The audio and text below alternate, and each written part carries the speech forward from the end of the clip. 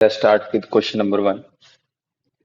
हमें बाइनोमियल में प्रॉपर्टी पता है NCR plus NCR plus one equals to N plus one CR plus one. यहाँ से हमारे पास NCR equals to N plus one CR plus one minus NCR plus one आ जाएगा। ये हम किसके लिए कर रहे हैं? क्योंकि यहाँ पे डिटर्मिनेंट को अगर सोल्व करना है तो हमारे पास दो मेथड हैं। या तो हम बाइनोमियल कोफिशिएंट्स की वैल्यू निकाल लेते हैं यहाँ पे m plus one C one क्या होता है, m plus two C one क्या होता है, m plus one C two क्या होता है। और दूसरा मेथड है इसको थोड़ा सा सिंप्लीफाई कर लेते हैं, फिर हम बाइनोमियल कोफिशिएंट्स की वैल्यू लिख लेंगे।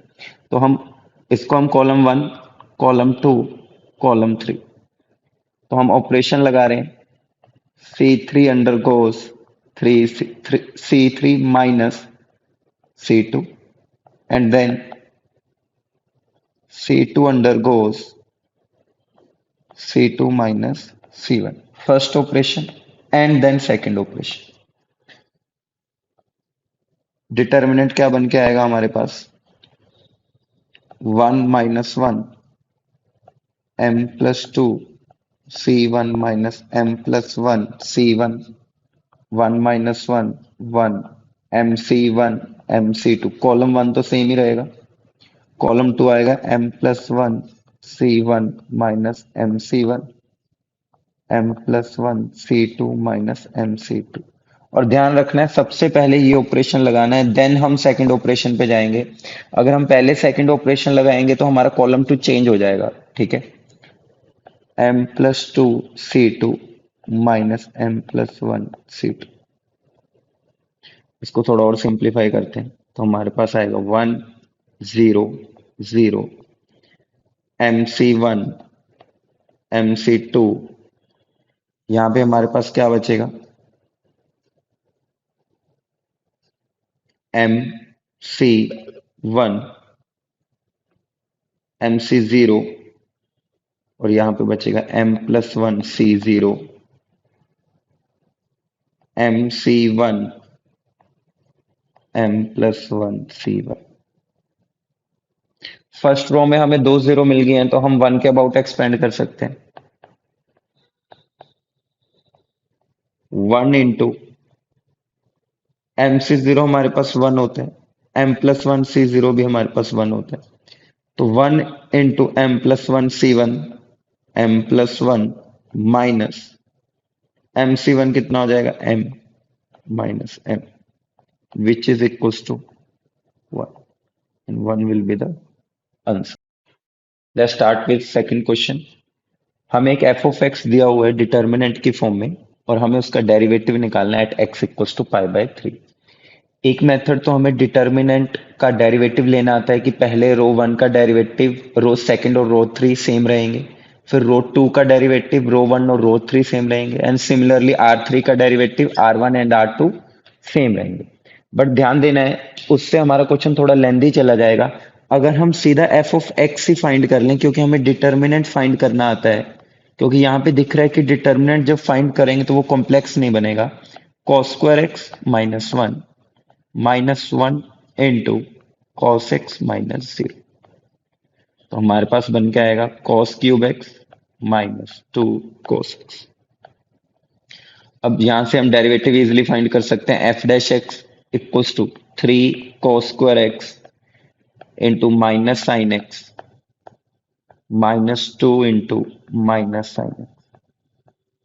हमें f dash pi by three find करना है, तो f dash pi by three will be minus three into one by two whole square into root three by two plus two into root three by to.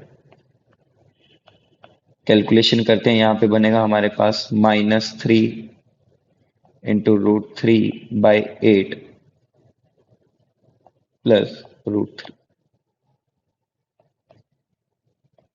Five root three divided by 8. This will be our final answer. B option आ जाएगा।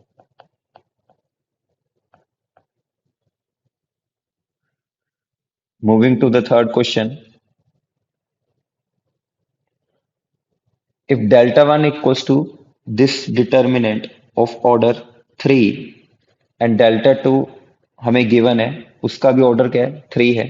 तो हमें delta 1 and delta 2 के बीच का relation बताना है क्या हो। तो यहाँ पे हम एक साइड डेल्टा 1 को सोल्व करते हैं, एक साइड डेल्टा 2 को सोल्व करेंगे। तो डेल्टा 1 पे फर्स्ट ऑपरेशन हम ये लगाते हैं, ये हमारे पास R1 R2 R3 यानी रो 1 रो 2 रो 3। R1 पे ऑपरेशन लगाया हमने R1 plus R2 plus R3। Operation लगाने के बाद हमारे पास x plus Y plus Z common आ जाएगा फर्स्ट रो में से, और यहां बचेगा 1 1 1 2y 2z y minus z minus x 2z 2y z minus x minus. Second operation जो हम लगा रहे हैं, ये हमारे पास कॉलम 1 है, ये हमारे पास कॉलम 2 है। कॉलम 1 पे ऑपरेशन लगाया C1 माइनस C2,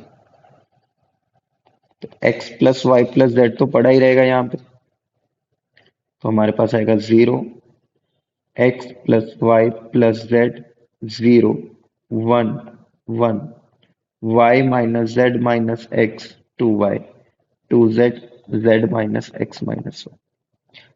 और हमें पता है कि अगर किसी भी रो या कॉलम में हमें दो जीरो मिल जाए तो हम डायरेक्ट क्या करते हैं, एक्सपेंड करते हैं।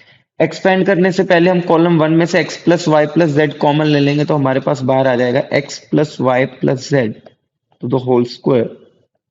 Determinant 0 1 0 1 y minus z minus x 2z 1 2y z minus x minus 1। अब डिटर्मिनेंट की वैल्यू देख लेते हैं क्या आएगी हमारे पास।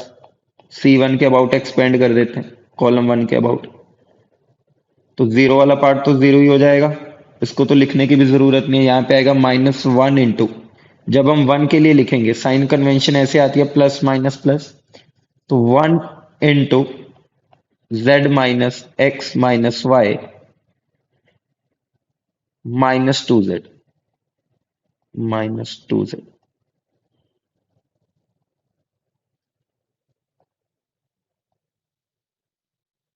Plus 0 into something. क्लियर है।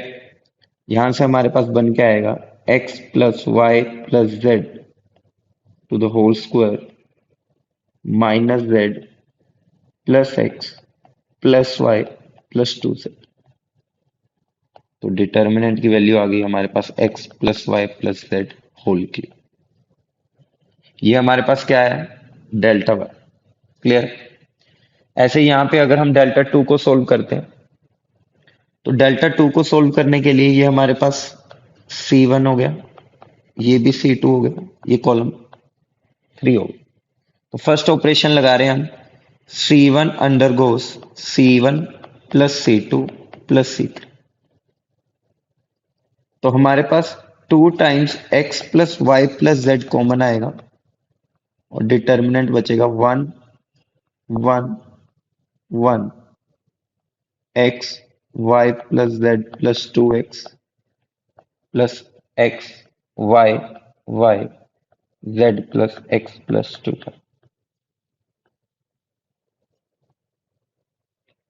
अब हमें मैक्सिमम जीरोस बनाने की कोशिश करनी है, जितनी ज्यादा जीरो बनेंगे फिर हम डिटर्मिनेंट को क्या कर देंगे, एक्सपेंड कर देंगे। क्लियर। यहां पे हमारे पास आएगा 2 x plus Y plus z. अब यहां पे हम ऑपरेशन लगाते हैं, R1 undergoes R1 minus R2, क्योंकि यहाँ पे 1 माइनस 1 जीरो बनेगा और यहाँ पे y माइनस वाई जीरो बनेगा। तो determinant will be 0 minus y minus z minus x 0 1 1 y plus z plus 2x x y z plus x plus 2। Row 1 में हमें दो जीरो मिल गई है, तो रो 1 के अबाउट एक्सपेंड कर देते हैं, और x plus Y plus Z common आ जाएगा, तो हमारे पास बचेगा 2 times x plus y plus z whole square, determinant 0, -1, 0, 1, 1, y plus z plus 2x, x, y, z plus x plus 2y.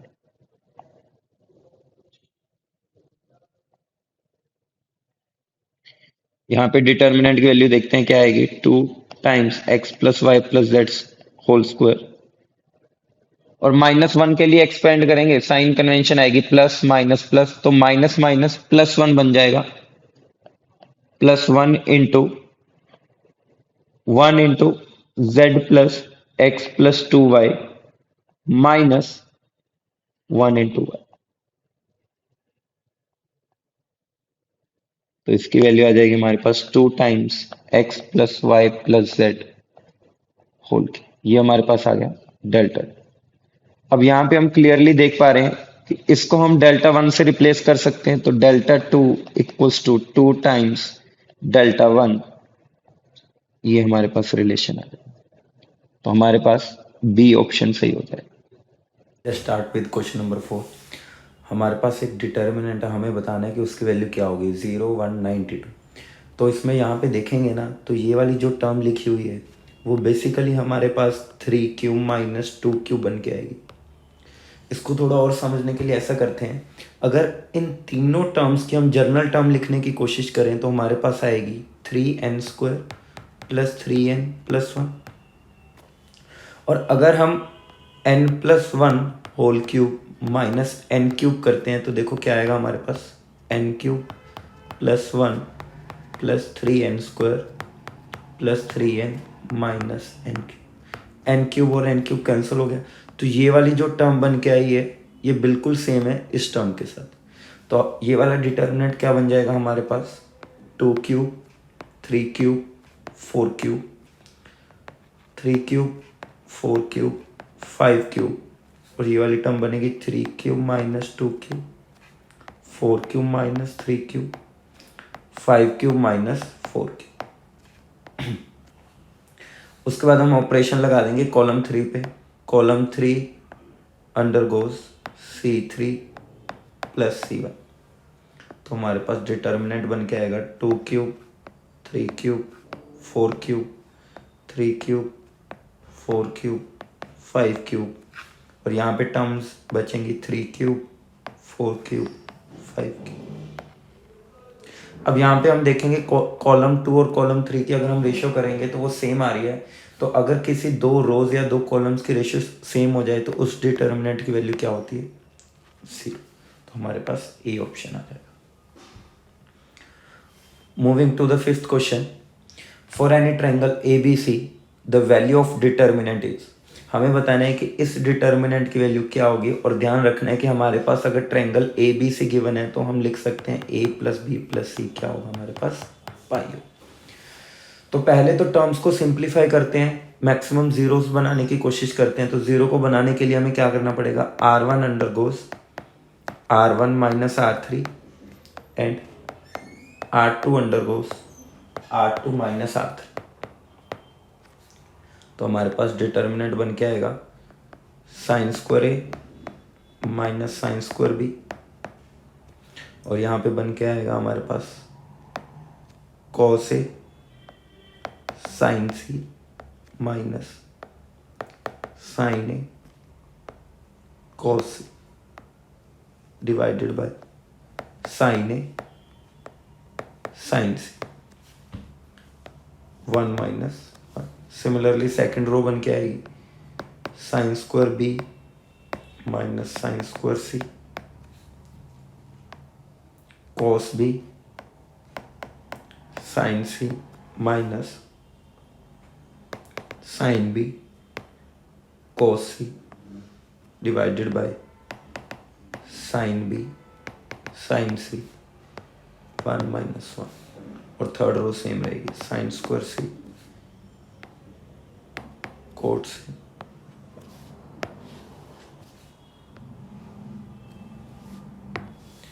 Sign square A minus sine square B का हमें formula पता है क्या होता है, sine A plus B sine A minus B. Clear है? यहाँ पे थोड़ी सी करेक्शन है। अगर हमने R1 माइनस R3 किया है तो हमारे पास यहाँ पे B की जगह C आएगा।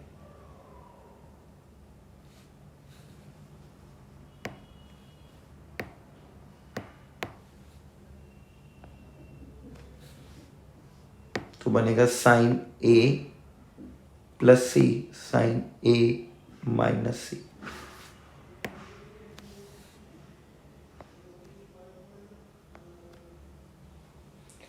Clear?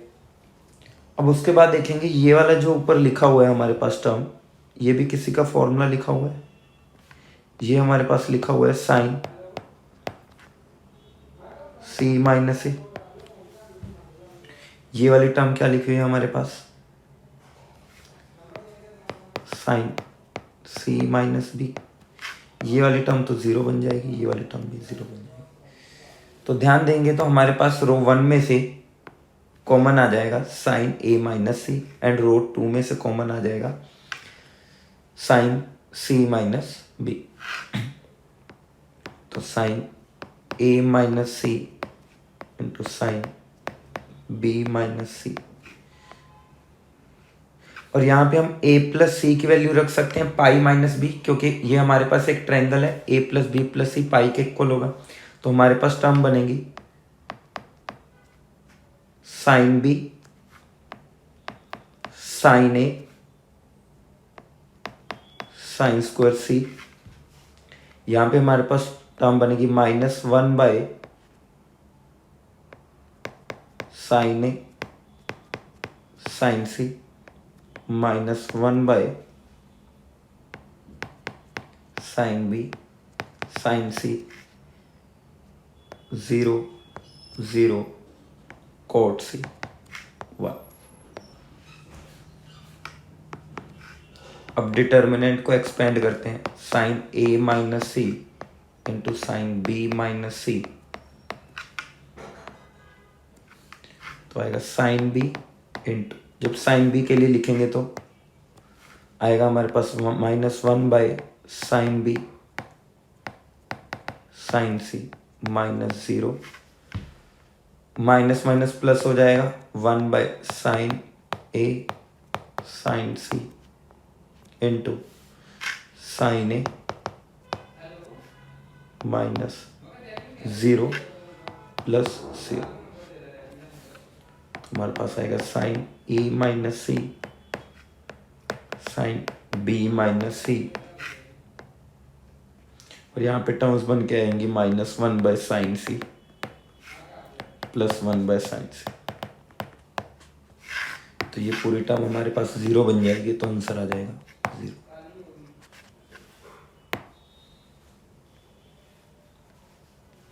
Moving to the 6th question.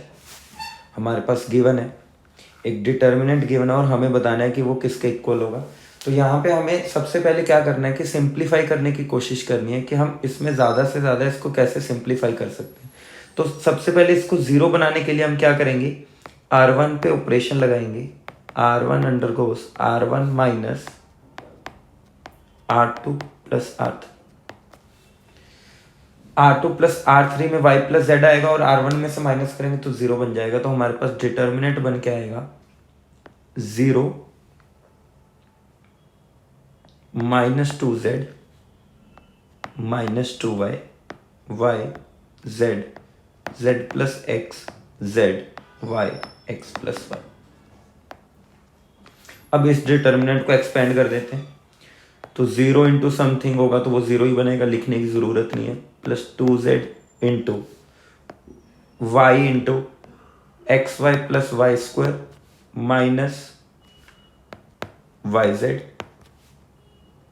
-2y into y z minus z square minus z x. Rearrange करके लिखते हैं सारी टर्म्स को, तो हमारे पास बनेगा 2xyz plus 2zy square minus 2yz square minus 2y square z plus 2yz square plus 2xyz।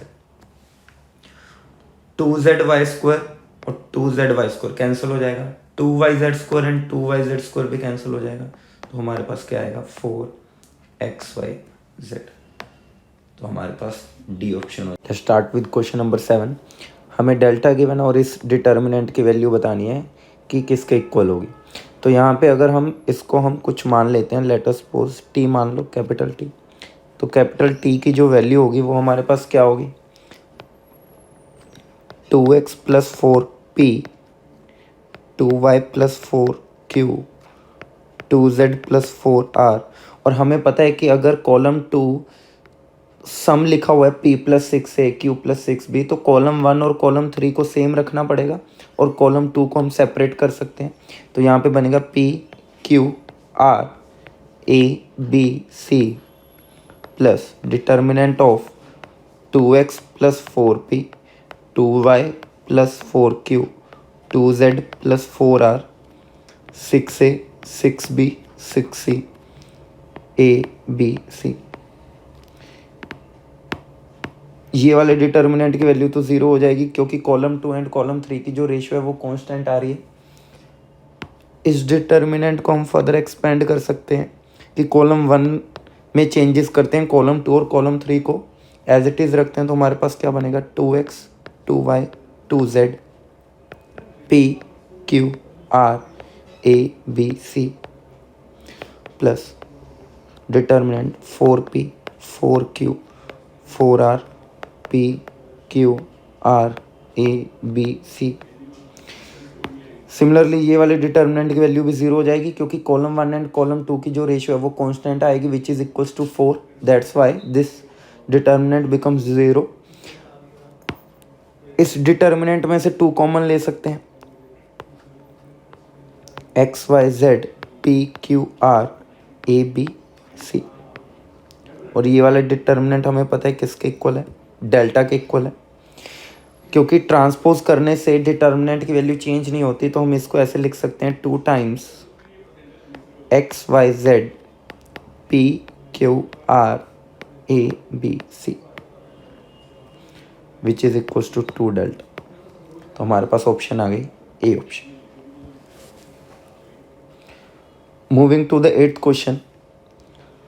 हमारे पास एक सीरीज गिवन है यानी HP गिवन है और हमें एक D गिवन है और हमें जिंट ऑफ D बताना है क्या आएगा। जिंट ऑफ D बताने के लिए सबसे पहले हमें D कैलकुलेट करना पड़ेगा। तो हमें HP में 4th term and 5th term given है यानी A4 एंड A5। अगर ये HP में है तो इनके रेसिप्रोकल्स क्या होंगे AP में होंगे। तो हम बोल सकते हैं कि 1/A1 1/A2 1/A9 किस में होंगे AP में होंगे। तो यहाँ पे अगर हम कॉमन डिफरेंस की बात करें तो कॉमन डिफरेंस कितना आएगा 1/A5 minus 1/A4 1/4 minus 1/5 which is equal to 1/20।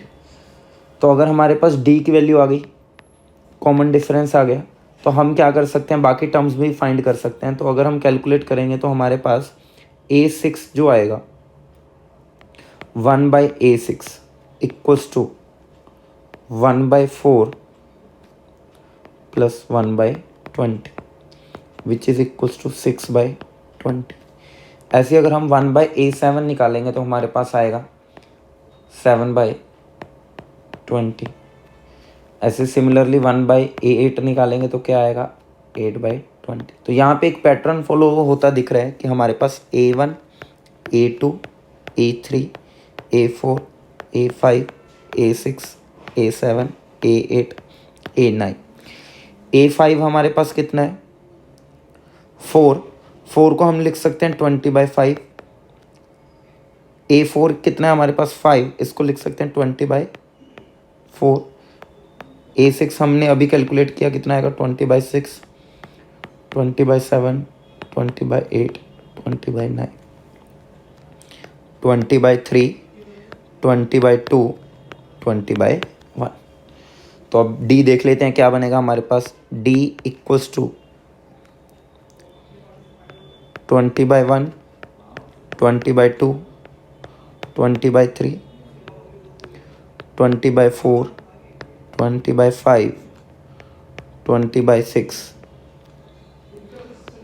20/7, 20/8, 20/9। अगर हम कॉलम 1 से देखें तो 20 कॉमन आ रहा है, कॉलम 2 से भी 20 कॉमन आ रहा है, कॉलम 3 से 20/3 कॉमन आ रहा है, तो हमारे पास बचेगा 20³/3, 1, 1/2, 1/3, 1/4, 1/5, 1/। यहाँ पे थोड़ा सा करेक्शन करेंगे क्योंकि यहाँ पे हमने अगर 3 भी कॉमन निकाला है तो यहाँ पे हमारे पास 1 बचेगा।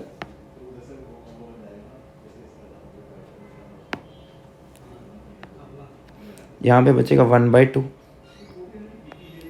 1/7, 1/8, 1/3।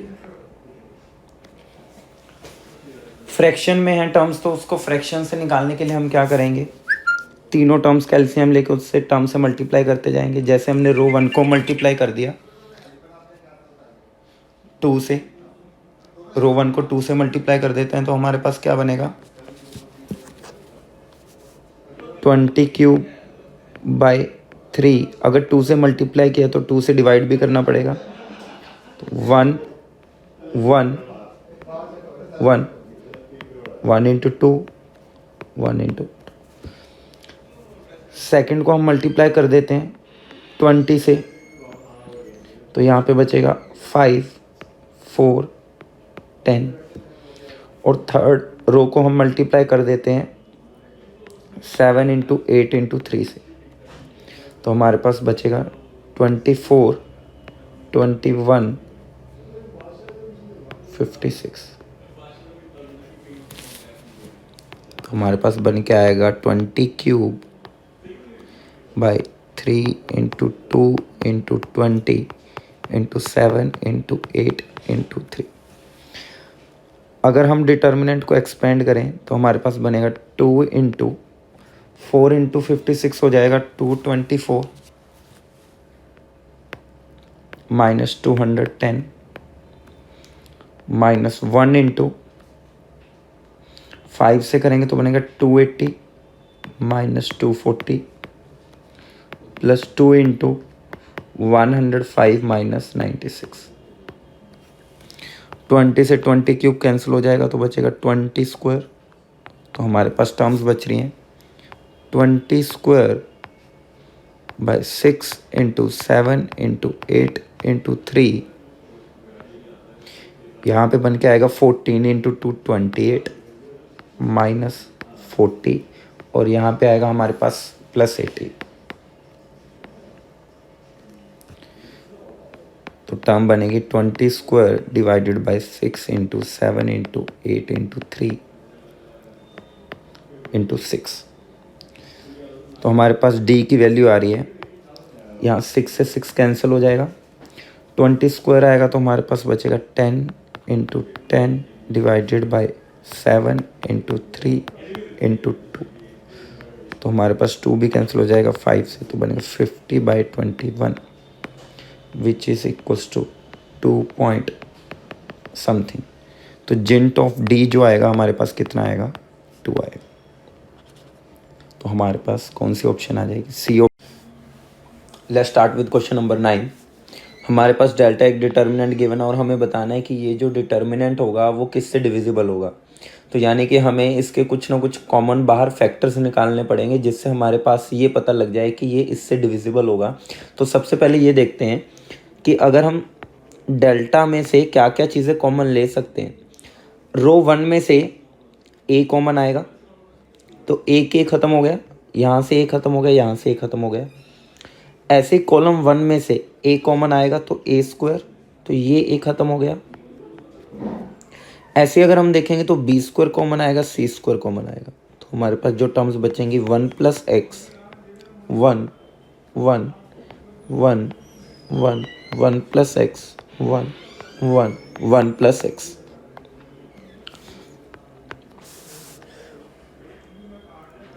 उसके बाद हम कुछ ऑपरेशंस लगा सकते हैं। Row 1 undergoes R1 - R2, R3 undergoes R3 minus R2। तो हमारे पास डिटर्मिनेंट बन के आएगा delta equals to A square B square C square. Row 2 तो सेम ही रहेगी, रो 1 माइनस रो 2 करोगे तो यहाँ पे बचेगा x minus x 0 0 minus X. Row 1 में से एंड रो 3 में से क्या कॉमन आ रहा है, x कॉमन आ रहा है।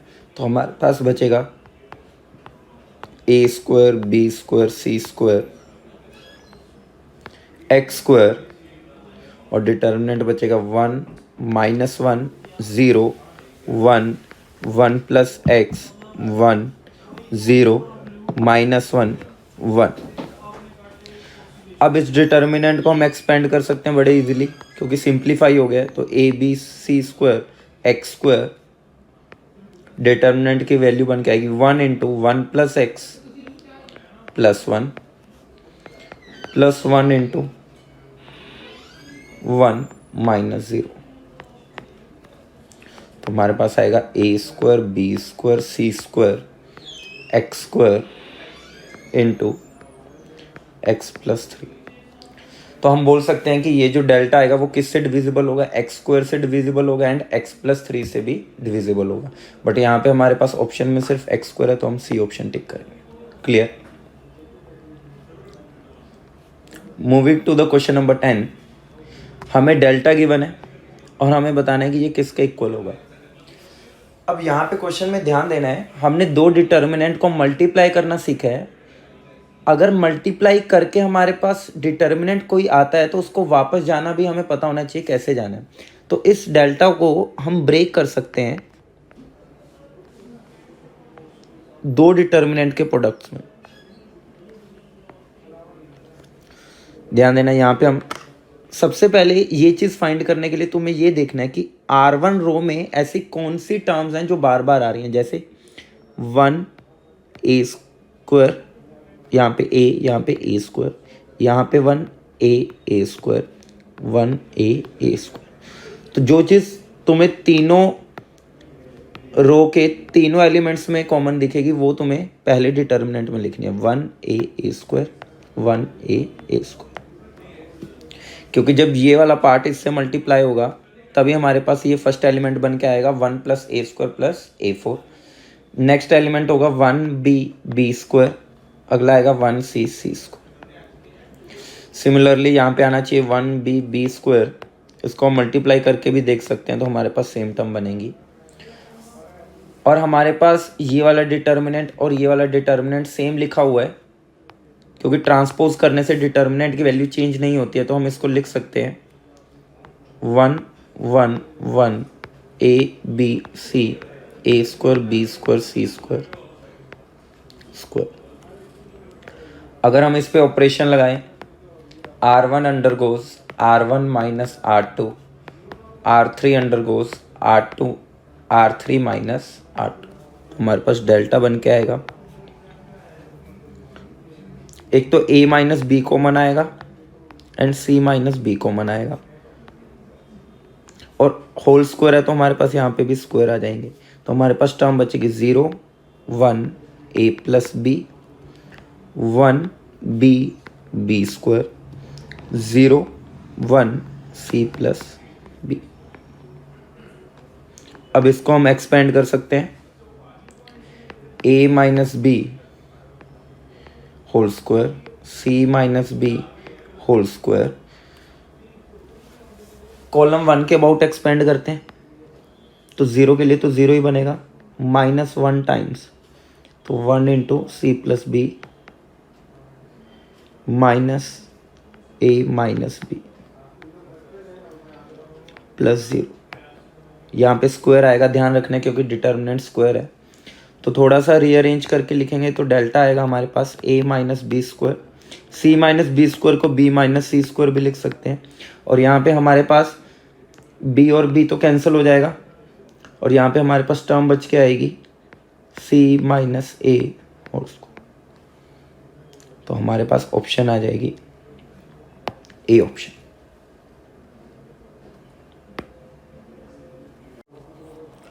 क्वेश्चन नंबर 11 देखते हैं। हमें एक एफ ऑफ एक्स दिया हुआ है डिटर्मिनेंट की फॉर्म में और हमें बताना है इन ऑप्शंस में से कौन सी करेक्ट ऑप्शन होगी।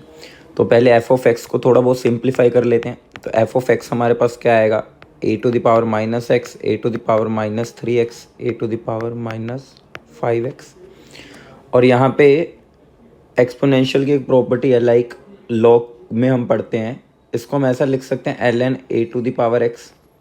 और अगर हमारे पास ये वाली वैल्यू बेस के साथ सेम हो जाए तो हम कहते हैं कि आंसर हमारा क्या आएगा, a to the power x ही आएगा। तो हमारे पास आ जाएगा a to the power x, a to the power 3x, a to the power 5x, x square x to the power 4 1। ये हमारे पास एफ ऑफ एक्स आ गया। ऐसे ही हम एफ ऑफ माइनस एक्स लिखते हैं क्योंकि चारों ऑप्शंस में दिख रहा है कि एफ ऑफ माइनस एक्स की भी ज़रूरत है। तो हमारे पास क्या आएगा,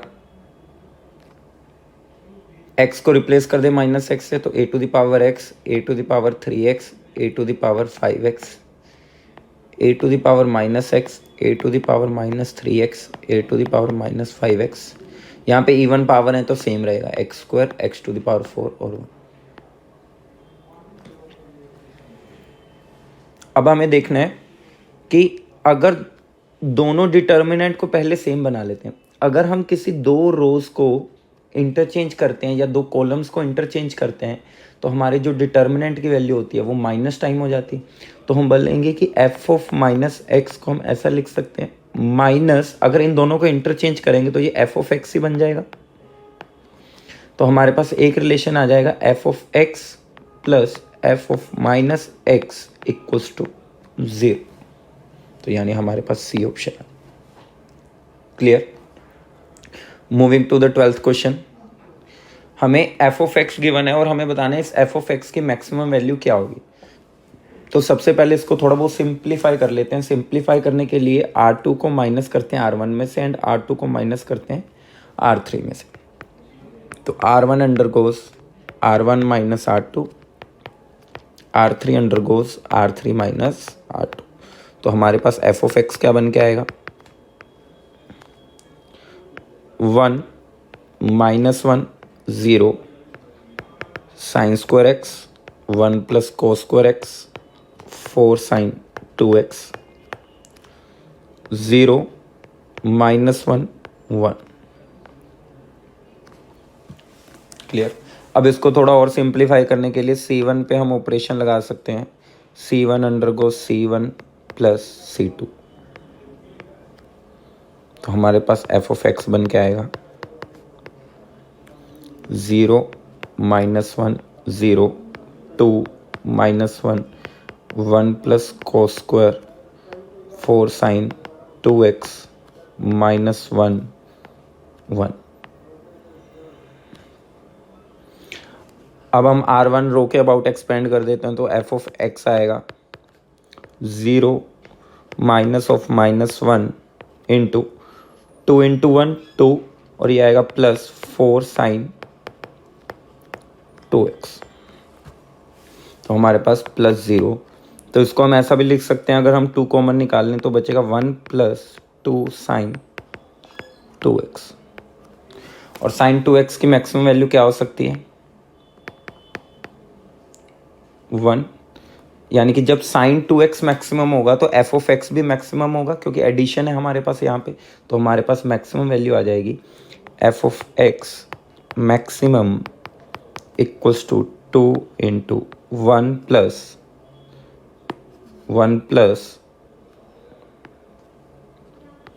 2 विच इज इक्वल्स टू 6। तो हमारे पास आंसर आ जाएगा B option. Question number 13।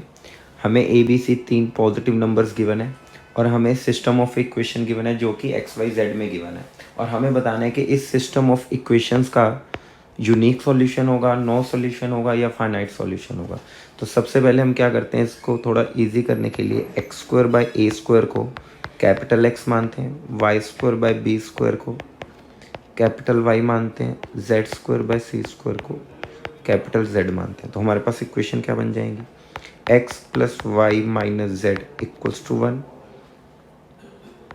x minus y plus z equals to 1, minus x plus Y plus z equals to 1। और अगर हम इनके कोफिशिएंट से एक डिटर्मिनेंट बनाएं which is a 1 1 minus 1 1 minus 1 1 minus 1 1 1, तो इस डिटर्मिनेंट की अगर हम वैल्यू देखेंगे तो क्या आएगी 1 into minus 1 minus 1 minus 1 into 1 into plus 1 minus 1 into 1 minus 1।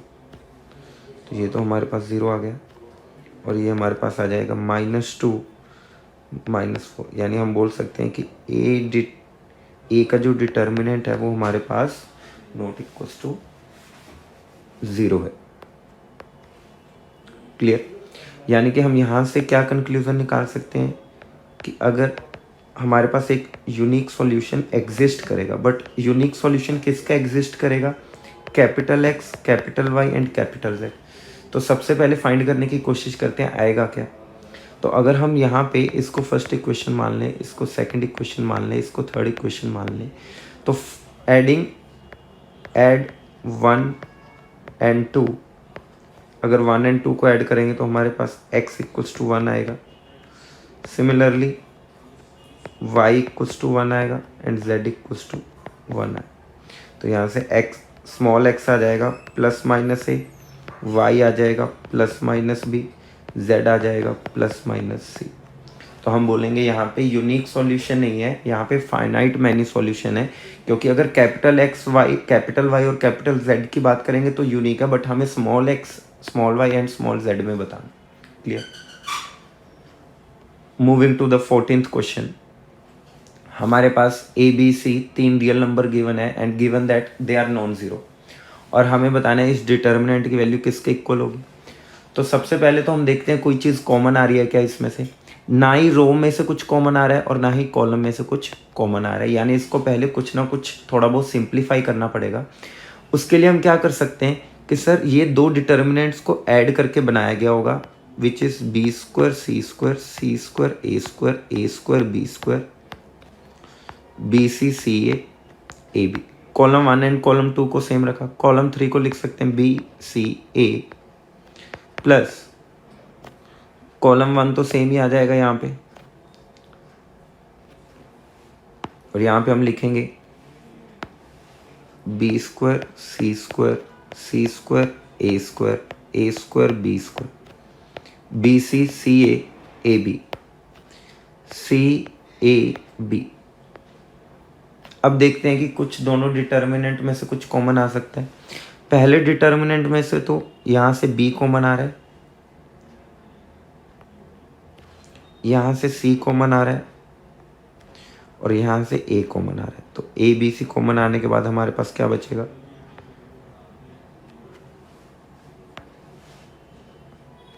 b c square c 1, यहाँ से हमने क्या कॉमन लिया था c, तो बचेगा c a स्क्वायर a 1, और यहाँ से हमने a कॉमन लिया था a b square b and 1। Similarly अगर हम देखेंगे तो यहाँ से भी c कॉमन आ रहा है, रो 2 में से a कॉमन आ रहा है और रो 3 में से b कॉमन। तो हमारे पास क्या बचेगा, b स्क्वायर c b 1, यहाँ पे आएगा c 1 a 1, यहाँ पे c square a square b। अब इस डिटर्मिनेंट को एक्सपेंड करते हैं तो हमारे पास आएगा ए बी सी, तो कॉमन आ गया दोनों डिटर्मिनेंट से, ए बी सी यहाँ से भी कॉमन ले लिया हमने, यहाँ से भी। हमारे पास बचेगा क्या, b C square a minus b minus c, यहाँ पे हम इसको ऐसे लिख सकते हैं minus c times c a square minus a b square 1 into a square b c minus a square B square plus इस डिटर्मिनेंट को देखते हैं क्या आएगा, b square c into c minus minus b into c square a minus a square b plus 1 into c square a square minus a square b सी। अगर हम इस terms को सोल्व करेंगे इस पूरी इक्वेशन को, तो हमारे पास इसकी वैल्यू 0 के इक्वल आ जाएगी। देखते हैं एक बार क्या बनता है।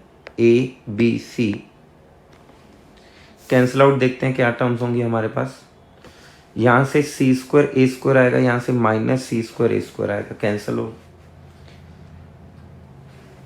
यहाँ से हमारे पास minus a square B square आएगा, यहाँ से plus A square B square आएगा, कैंसिल हो जाएगा। यहाँ से हमारे पास बी ए इंटू सी स्क्वायर नेगेटिव आएगा, यहाँ से बी ए इंटू सी स्क्वायर पॉजिटिव आएगा, तो ये और ये कैंसिल हो जाएगी टर्म। यहाँ से बी स्क्वायर सी स्क्वायर आएगा, यहाँ से भी बी स्क्वायर सी स्क्वायर आएगा, तो ये टर्म कैंसिल हो जाएगी। यहाँ से ए बी स्क्वायर सी आएगा और यहाँ से ए बी स्क्वायर सी आएगा, तो ये कैंसिल आउट हो जाएगी टर्म। और ऐसे लास्ट टर्म भी हमारे पास कैंसिल आउट हो जाएगी ए स्क्वायर, तो हमारे पास बचेगा a B c into 0 which is equal to 0। तो हम आंसर क्या बोलेंगे, डी आ जाएगा, नन ऑफ दिस।